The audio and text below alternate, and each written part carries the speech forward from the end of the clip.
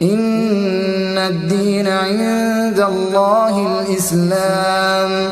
وعلیکم ورحمۃ اللہ وبرکاتہ۔ سوال آپ نے یہ کیا ہے کہ مکہ میں یا مدینہ میں قصر نماز پڑھی جائے گی؟ اگر کوئی مسافر گیا ہے وہاں پہ تو وہ قصر پڑھ سکتا ہے، لیکن اگر کوئی سفر میں نہیں ہے تو پوری نماز پڑھے گا وہاں پہ۔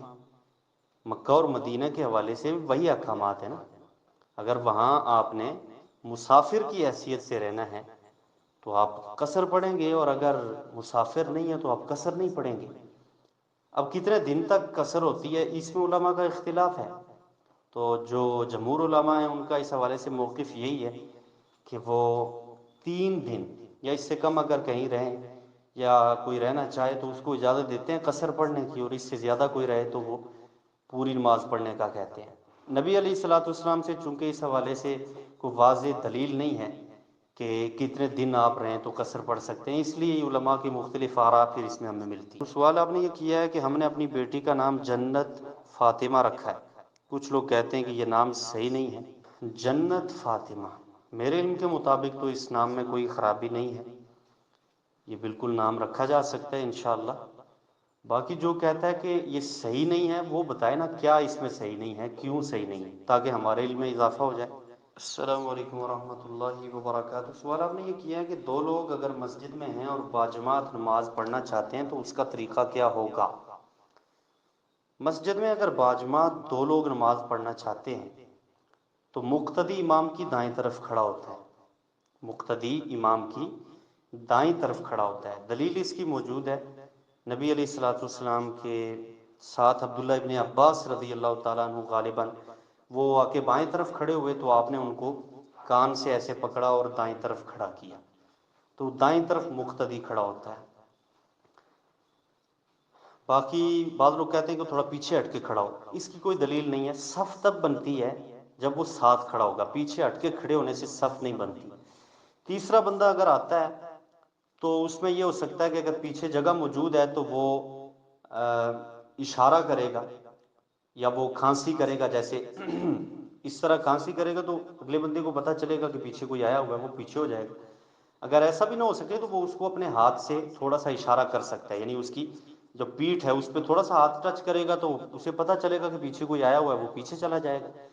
اگر مقتدی پیچھے نہ جا رہا ہو، بعض اوقات مقتدی کو نہیں پتہ ہوتا، تو امام آگے صف میں چلا جائے اگر آگے جگہ موجود ہے، تو مقتدی پیچھے کھڑا ہو جائے گا دوسرے بندے کے ساتھ، تو یہ باجماعت نماز شروع ہو جائے گی۔ اکیلا بندہ جو ہے نا اس کو بھی چاہیے کہ وہ مسجد میں اقامت کہہ کے نماز شروع کر دیا کرے۔ ممکن ہے بعد میں 4 لوگ 2 لوگ ایک بندہ کوئی آ جائے تو وہ اس کے ساتھ مل جائیں گے، جماعت شروع ہو جائے گی۔ تو یہ ایک پوسٹ آپ نے کی ہے، اس میں لکھا ہے کہ برتھ ڈے کو سیلیبریٹ کرنا جائز نہیں ہے، لیکن اگر ویسے گھر والے شکرانے کے طور پہ اس دن کو یاد رکھتے ہیں تو وہ اس دن تھوڑا بہت کوئی اہتمام کر لیں تو جائز۔ سالگرہ منانے کا اسلام نے کوئی حکم نہیں دیا، اور نہ ہی نبی علیہ الصلوۃ والسلام کی کوئی سالگرہ منائی گئی ہے، اس لیے اسلام سے اس کا کوئی تعلق نہیں ہے۔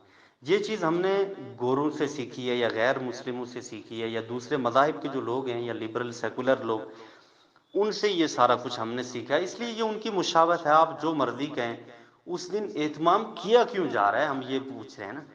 میں آپ کو ایک خاص طریقہ بتا دیتا ہوں، اگر آپ بچے آپ کو تنگ کر رہے ہیں نا، اس میں فائدہ بھی ہے اور گناہ بھی نہیں ہوگا۔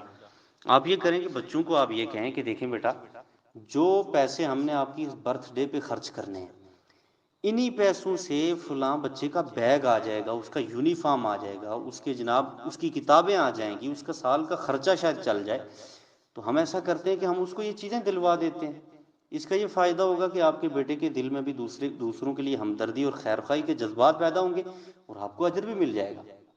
تو آپ اس طرح مطلب نیگیٹو کو پازیٹو میں تبدیل کر لیا کریں نا، یہ زیادہ بہتر ہے میرا خیال۔ سوال آپ نے یہ کیا ہے کہ اگر کسی چھوٹی بچی کا والد فوت ہو چکا ہے اور اس کا بڑا بھائی موجود ہے، وہ اس کو اگر بیٹا یا بیٹی کہہ کے پکارے تو کیا ایسا کرنا جائز ہے؟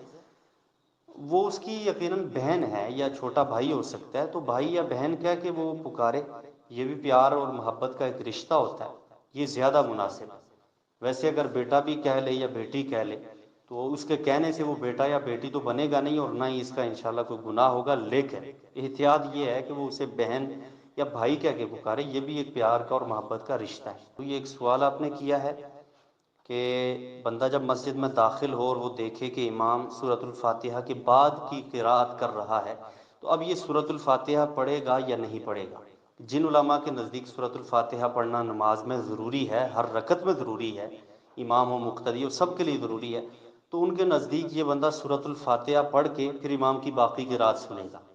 اور جن کے نزدیک سورۃ الفاتحہ ضروری نہیں ہے امام کے پیچھے، تو وہ اس کو سورۃ الفاتحہ پڑھنے کا نہیں کہتے، بلکہ وہ کہیں گے کہ آپ اللہ اکبر کہہ کے نماز میں شامل ہوں، جس حالت میں امام ہے اسی حالت میں ہو جائیں، آپ کی رکعت ہو جائے گی۔ سوال آپ نے یہ کیا ہے اگر کوئی بندہ نماز جمعہ کے دوران سو جائے اور اس کا رکوع رہ جائے تو اسے کیا کرنا چاہیے؟ رکوع رہ جائے تو اس کی وہ رکعت نہیں ہوگی، وہ رکعت اس کو دوبارہ ادا کرنی ہوگی جب امام سلام پھیرے گا اس کے بعد۔ سوال آپ نے یہ کیا ہے اگر ہم مسجد میں داخل ہوں اور جماعت ہو رہی ہے، امام سورۃ الفاتحہ کے بعد قراءت کر رہا ہے، تو ہم نماز کہاں سے شروع کریں گے؟ آپ آئیں گے، آپ اللہ اکبر کہہ کے نماز میں شامل ہوں، جس حالت میں امام ہے آپ بھی اسی حالت میں ہو جائیں۔ اگر وہ کھڑا ہے قراءت کر رہا ہے، آپ کو یقین ہے کہ آپ اطمینان سے تسلی سے سورۃ الفاتحہ پڑھ لیں گے، تو آپ سورۃ الفاتحہ شروع کریں، پڑھ لیں، اور اس کے بعد باقی قراءت اس کی سنیں۔ اگر آپ کو یہ لگتا ہے کہ سورۃ الفاتحہ نہیں پڑھی جائے گی تو آپ ویسے کھڑے رہیں اور اس کی قراءت سنیں اور رکوع کریں، سجدے کریں۔ جب نماز مکمل ہو جائے تو ایک رکعت آپ کی رہتی ہے، اب اٹھ کے آپ یہ رکعت دوبارہ پڑھیں گے۔ اب رکعت کیسے رہتی ہے؟ ہمارے علم کے مطابق نماز میں سورۃ الفاتحہ پڑھنا، امام کے آپ پیچھے ہوں یا آپ مقتدی ہوں یا آپ جو ہے وہ امام ہوں یا منفرد ہوں، آپ کے لیے سورۃ الفاتحہ پڑھنا ضروری ہے۔ اس لیے ہم کہتے ہیں کہ سورۃ الفاتحہ پڑھے بغیر نماز نہیں ہوگی۔ اس کی دلیل وہی مشہور حدیث ہے لا صلاۃ لمن لم یقرأ بفاتحۃ الکتاب، کہ جس نے فاتحہ نہیں پڑھی اس کی نماز نہیں ہوتی۔ باقی جو علماء کہتے ہیں کہ فاتحہ پڑھنی ضروری نہیں ہے، تو ان کے نزدیک تو یہ رکعت آپ کی ہو جائے گی، بس آپ آئیں اللہ اکبر کہہ کے آپ خاموشی سے کھڑے رہیں، ان کے نزدیک یہ رکعت ہو جائے گی، لیکن ہمارے علم کے مطابق ان کا یہ موقف ذرا کمزور ہے۔ دوسرا سوال یہاں کیا گیا ہے کہ اگر جماعت ہو رہی ہو اور امام تشہد میں بیٹھا ہے، ہم اس وقت پہنچیں تو ہمیں کیا کرنا چاہیے؟ جس حالت میں امام ہے بس آپ اس کے ساتھ آ کے ملیں اور جو وہ پڑھ رہا ہے آپ وہی پڑھنا شروع کر دیں۔ مطلب تشہد میں بیٹھا ہے تو تشہد درود دعائیں پڑھ رہا ہوگا نا، تو آپ تشہد شروع کر دیں، جب وہ سلام پھیرے تو اٹھ کے اپنی نماز مکمل کر لیں۔